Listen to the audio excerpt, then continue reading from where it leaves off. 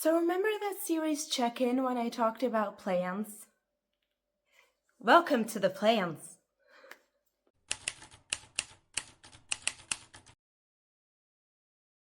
Okay, so hi everyone. If you saw the last of the Cozy Series check-in video, then you will know that I was kind of really excited to start the month of May because I had plans. Here we are. I am going to let you guys know what is happening during the month of May and why I'm so very excited about it. If you have seen any of my previous videos, then you will also know that the month of January and February did not give me much reading. I was in a very big reading slump, didn't really feel like reading, and that meant that this whole thing about me being very excited about a whole bunch of yearly readathons that I started was already off to a rough start. Now, I have read a few books towards the yearly readathons, but I am woefully behind. If you're wondering which readathons I'm mainly talking about, it's the Buzzword Readathon. Yes, I'm doing both. I'm doing the cover challenge and the title challenge, the Goober Readathon, and also Romanceopoly. Now, the Goober Readathon and the Buzzword Readathon are both yearly readathons. How many times am I going to say readathon in this video? Anyway, they both have monthly prompts. Now, as you can probably tell, I am so far behind that I now have to catch up on all of these. Romanceopoly is a little bit easier. We just get a curriculum and we just need to succeed, kind of in the same way that Aurelium went for the month of April. I have not read any books towards my curriculum in Romanceopoly. Would I be able to find books that fit the prompts? Probably yes. I want to read the books that I specifically choose for readathons. So that is where we are currently. What I am going to be planning to do for the month of May is I want to get as up to date as possible on all the yearly readathons. Added bonus / challenge. I want to do this by using mainly books in series that I've started. If you know, reading and continuing and finishing series is a thing over here. So I figured there's a very high chance of me being able to fit some of those series books into the prompts. Hello, kitty cat. I'm already going to warn you, I will be looking down quite a bunch because I have written everything down and everything, or I am looking at my story graph with the challenges just so I can sort out and I can give you the proper information. Looking at this list and me wanting to get up to date means I will have to read 12 books this month, and that ain't happening. I'm just going to tell you now, it's not happening. It is a very ambitious TBR for the month of May, but we're going to try. Okay, so the first reading challenge or readathon that I want to focus on is the Buzzword Readathon, and we're going to focus on the titles, which I need to get up to date on March, April, and May prompts. So if we start with March, the prompt was to read a book that has this, that, or these in the title, and for this I have chosen This Woven Kingdom. Yes, I can hear you already. Alex, you have not started this series. This is the first book in a series. What are you doing? Shut up, okay? Shut up. We are not always going to succeed in our two main goals, which is getting up to date and continuing a series. Sometimes we're just going to have to choose. Now, this is the same author from the Shatter Me series. Now, I haven't read that one either, but I did read good things about this series. So I'm kind of curious to see what this is all about. It seems to have like forbidden romance and intrigue and all of this stuff. It's, again, I think it's going to be very much, I think maybe about politics once again, but I'm not too sure about that. So we're just going to have to wait and see. Now, for the month of April, we had an ordinal number prompt. And for this, I've decided to go with Nana the Ninth. Now, this is the final book in the Gideon the Ninth series or in the Locked Tomb series. And this has been floating around for a while. And every single one of these previous two books has thrown me for such a loop. I think the first book I have been known to mention that ended in a way that I never have read a book that ended that way. That was a very weird sentence, but here we are. And then the second book kind of had me confused up until about the 70-80% mark. So I'm very curious to see what is going to happen in the last and final book. I'm still very confused because there is a rumored fourth book, but I haven't heard anything about this. So we're just going to say if I finish Nana the Ninth, we're done with this series, which is very exciting because that will be one of the first series that I will have finished this year, I think. So for the month of May, we have the prompt of using the word make, making, any iteration thereof in the title. And for this, I decided to go with, I think it's a standalone, which is If It Makes You Happy by Julie Olivia. This is a romance book. And yes, the cover does give very much autumn vibes. But you know, we need to finish prompts over here. So a romance novel that's 500 pages. What is going on? I've been seeing this trend of romance novels actually being quite long. I don't know if I'm gonna mind, but we're just gonna have to wait and see. I'm just hoping that there's not too much fluff, that the story still flows and there's not a feeling of a lot of the scenes being filler. Then obviously we also have the buzzword cover prompts, for which I also have March, April, and May to go. Okay, so for the month of March, the prompt was to have a cover featuring movement. And for this, I chose Crooked Kingdom. I've mentioned this before. I'm not really looking forward to reading this because I know what happens. But we need to get to this because we need to get to the King of Scars duology.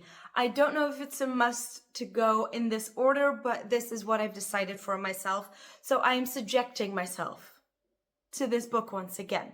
I have not annotated this book yet, so that will be happening this time around. And again, Six of Crows is the duology from Leigh Bardugo that I was just a humongous fan of. I think the characters, the crows, are some of my favorite characters I've ever read from. Next one is a cover that features accessories for the month of April, and this was very easy to choose. We're reading Warstorm, by which we are finishing also the Red Queen series, and I really, really enjoyed the third one, King's Cage, which was very surprising, very much on the go from like page one. I was sucked into it. I think it might have been my favorite in the entire series so far. Nervous about how she's gonna land the plane, but also really excited to see how she does it because it seems like it's not going to be the way that I'm used to a lot of the books that I read ending. I have talked about this before. If that doesn't make any sense, I usually read fantasy novels, and fantasy books usually end in this really big war, really big battle type of thing. And this seems like it's going to be ending, or maybe it's going to be resolved by a lot of politicking, a lot of like chess pieces moving on the board, and maybe not as much a focus on actual battles. I could be completely wrong, but I'm very excited to see what happens, excited to see how this is going to end, and another series that's going to be able to be done. So for the month of May, we needed to pick a book with a cover that had a border or a frame around it. And for this, I chose King of Scars, which is the next duology in the Shadow and Bone universe and the Grisha universe. And I feel like that you can call this a border, That's what I feel like. Now, this is the duology that follows King Nikolai, I think, at this point. The Six of Crows duology is, as I mentioned, a reread to get to this duology, which I haven't read. And I think, if I'm not mistaken, this is the final duology in the Grishaverse universe, I hope, because otherwise we're going to have to read some more. But this is going to be the final duology that I'm hopefully going to read in the Grishaverse. And with that, I will have only one book left to read. And I'm very curious to see, because where his character left off was not in the best of ways. So I'm very curious to see where this heads off to and how this gets resolved in just 2 books. I'm just hoping that the second book in this duology doesn't rip my heart out the way that I know Crooked Kingdom will. So, now the next readathon that I need to focus on is the Goober Readathon, or the Year of Goober Readathon, for which I also have March, April, and May left to read. Now, as you can see, I've already started to get up to date on all of these challenges, but these are the months that I have left. If you don't know what we're doing for the Year of Goober this year, we have a Ghosty Goober. I can put in a graphic, I think, of who the Ghosty Goober is. And we are setting up a bakery. We are just trying to get our baked goods as good as it gets. And we're trying to collect an assortment of various things that we can sell in our bakery. And every single month we get 2 prompts that we can choose from. And for the month of March, this was either a given a second chance or a multi-POV. And I've chosen to go with multi-POV, which will get me a croissant, which is Shadow of Night. This is the second book in a Discovery of Witches series, and this I have already started. This is also a book that I am reading for the Irelium Impling Summoning Ritual, which I can link the video in the description down below of where I talk about this, but I basically I wasn't allowed to double up for the month of April for my, spring equinox, so in this book, in the second book, a lot of this book is spent back in the, in the 1950s? We go way back. Witch trials are very much a thing, and it is very precarious because there is a witch in this book that travels back to a time where witch trials are a thing to get her own witchcraft under control. So Danger and Peril. I have seen the TV show for this and kind of let that pass by my reading experience. But then the author decided to continue writing in this kind of universe. So now I need to read all of the books to get up to date and read the new books. For the month of April, we had a choice between Linked to Tradition or a nostalgic read. I have chosen to go with a nostalgic read, which will get me a chocolate chip cookie, which I really enjoy myself. And for this, a nostalgic read, I chose Fine Print, or The Fine Print by Lauren Asher. Now, this is a romance novel. This is the Dreamland Billionaires series. This is a reread. And I loved the first time that I read this. I loved every single one of these books. My mom bought me the special editions for Christmas this year, and I am very excited to dive back into this world just because, again, I'm very much in need of just some really easygoing romance, and this seems to be able to do the trick. But yes, this is, again, starting a new series because I do really intend on reading all 3 of these again and also annotating them. I don't think I'm going to be annotating them with tabs because I don't want to ruin the lovely spine, or I could tab them up here, but I think what I'm going to do mostly is probably going to use some highlighters because reading Throne of Glass and annotating and taking notes has kind of broken the seal on that for me. For the month of May, the prompts that I could choose from was shared with you by someone else or a genre blend. And this could kind of go either way, I think. This is a book that was shared with me by Donna and by Donna Mariereads. And she was very much convinced that I would love this book by this author. And then we also have a genre blend. I think this is a romantasy. So I'm gonna have to just read this book and then decide which pastry I want if they fit for both. So this is The Knight and the Moth by Rachel Gillig. Now this is the author from the Two Twisted Crown series, but Donna did mention that she thinks that I would enjoy this series more. From what I understand, this is more leaning into the gothic fantasy romance, and that just has me written all over it. Am I reading this at some of the brightest times in the year? Yes, I am. But then again, you know, books are oftentimes just vibes. So this might be the book that I grab when inevitably, even this weekend, some like thunderstorms are going to be rolling around. I think this is going to be perfect for those days. And I have no idea. This book I'm going into blind. I'm just going into this because a friend told me that I would enjoy it. And because it fits prompts. Sometimes you don't need to make life too complicated. You know, sometimes you just need to go and see and just trust our friends. We just need to trust our friends sometimes. The final readathon that I mentioned that I need to get kind of up to date on, but also kind of not, because it is just a curriculum that we have prompts on, but I haven't read a single book for it, is Romanceopoly. Now, this was a reading challenge or a readathon that I just discovered this year, and I felt like I just needed to be a part of this just by the amount of work that was put into this.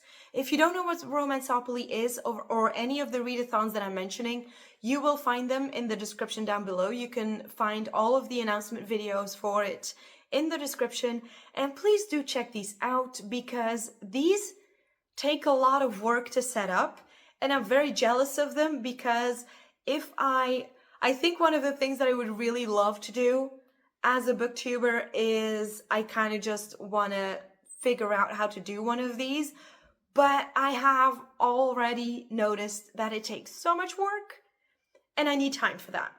But know that it's something that I want to do at some point in my life. Okay.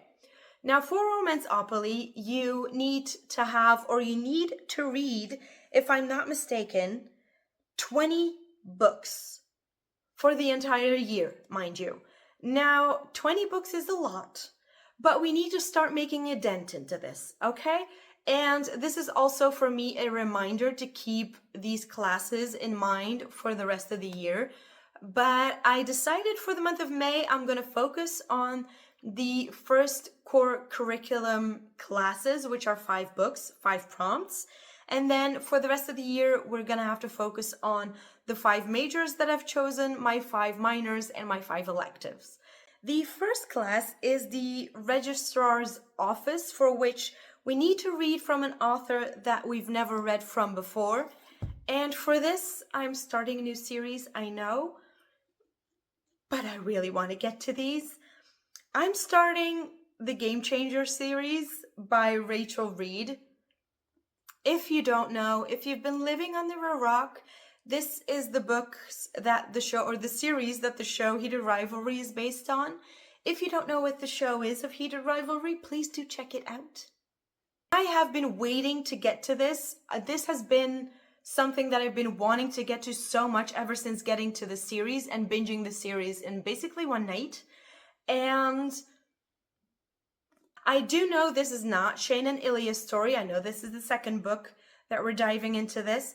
But I just feel like everyone who has first seen the show and then read the books is equally as obsessed with both. So let's just go. Let's get into this. This is one of those books that from all the books on the TBR, this is going to be high on the list.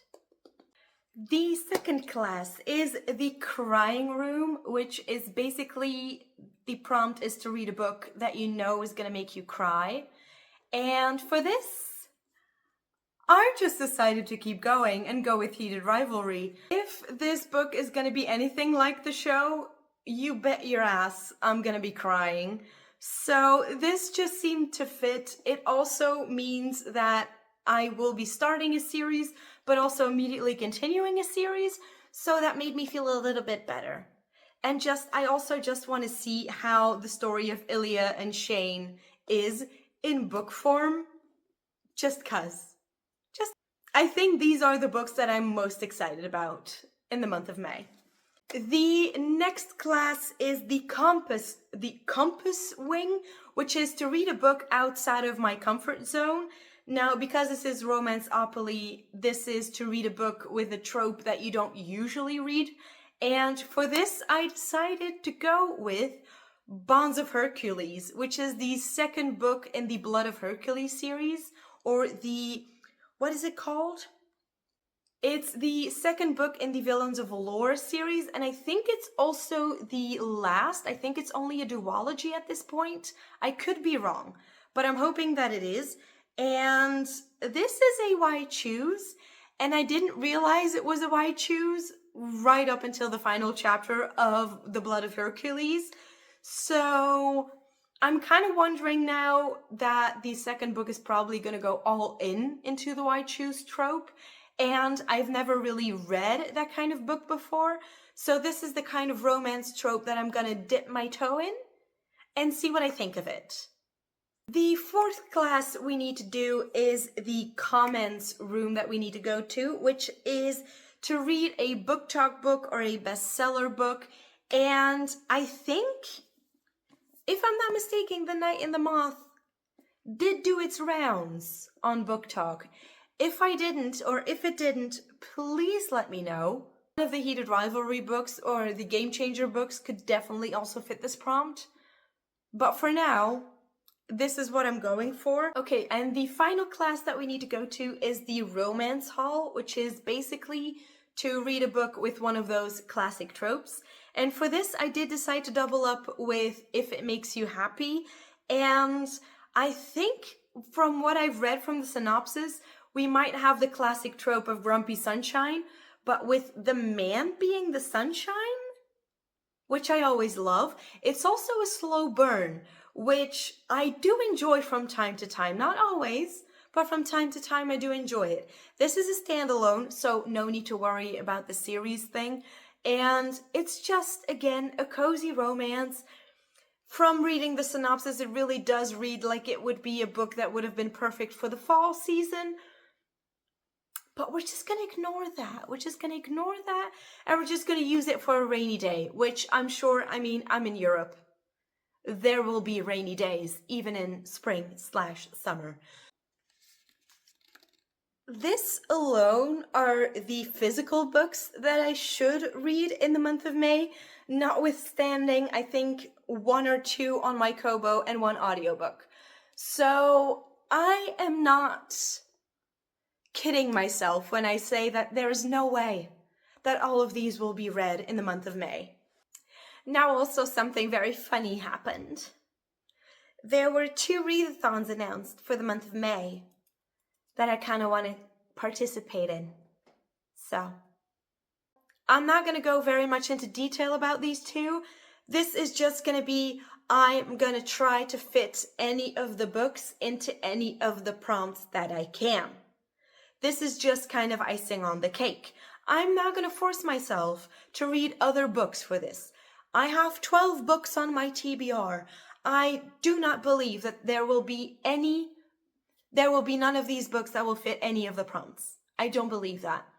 So the 2 readathons that I'm going to focus on for this month are going to be the Goober Readathon. We're staying kind of on theme. And obviously also Readathin, hosted by Amanda and Donna over at Donna mariereads. So the Goober Readathon, as I mentioned, is the ghostly goober. Not only are we getting a bakery set up, but for that, we need to go to cooking classes, don't we? So we also have kind of a curriculum where you can see there's an A portion and a B portion on the prompts list. For the A portion, you have to read the prompts in order. For the B portion, you can just kind of pick and choose. Now, what happens is by finishing a book that fits a prompt, you earn points. And by the end of the month, you can just tally up your points and you will be scaled into a certain level of cook that you will be. And those will give you then advantages in any of the future Goober Readathons that are happening, where you can get perks for the future Readathons. Now, this is the first time that I'm doing the Goober Readathon, so no perks for me. Sad. But we're just going to see whether or not we can fit some of the books in my TBR on this list. And then the second readathon, as I mentioned, is Readathin, hosted by Amanda the Biblio and Donna over at Donna Marie Reads. This, once again, great bingo board. Love the color scheme for this time around, really do. And what I think is going to be my saving grace here is that not only do we have reading prompts on the bingo board, and are we allowed to double up on reading prompts, also there are kind of life prompts in here, or just like things you can do that can check off a little prompt, and with that hopefully get me a bingo. I am not going for a blackout this time around. It's not happening. I don't think I'm going to be able to fit all of the prompts with these books. I just don't think I can. So yeah, lots of readathon specific things, lots of books. Again, reiterating myself, there's no way that I'm going to be reading 12 books in the month of May. I already struggled to finish 6 during this month. So let's not get it twisted. Let's just see where we get to. That is the goal. I am very much back into reading. I very much love reading again. I read a few of, I think, my favorite books that I've read this entire year. Granted, I've only read 13, but still. Some of my favorite books of the year I've read last month, in the month of April, during the Aurelian Readathon. And that just made me excited for reading again and to discover new books, discover new series, and just overall discovering my love of reading once again. If you've made it to the end of this very rambly, very long, once again, I'm sorry, video, please let me know if you have read any of these books, which books you're excited for me to get to, whether or not you're also participating in any of these readathons, and if you know the struggle of falling behind, you don't really know what you want to say, you can comment any emoji that has a baked good in it for the Goober Readathon. Let's do that. With that, we have finally reached the end of the video. Thank you guys for watching, and I will talk to you guys in the next one.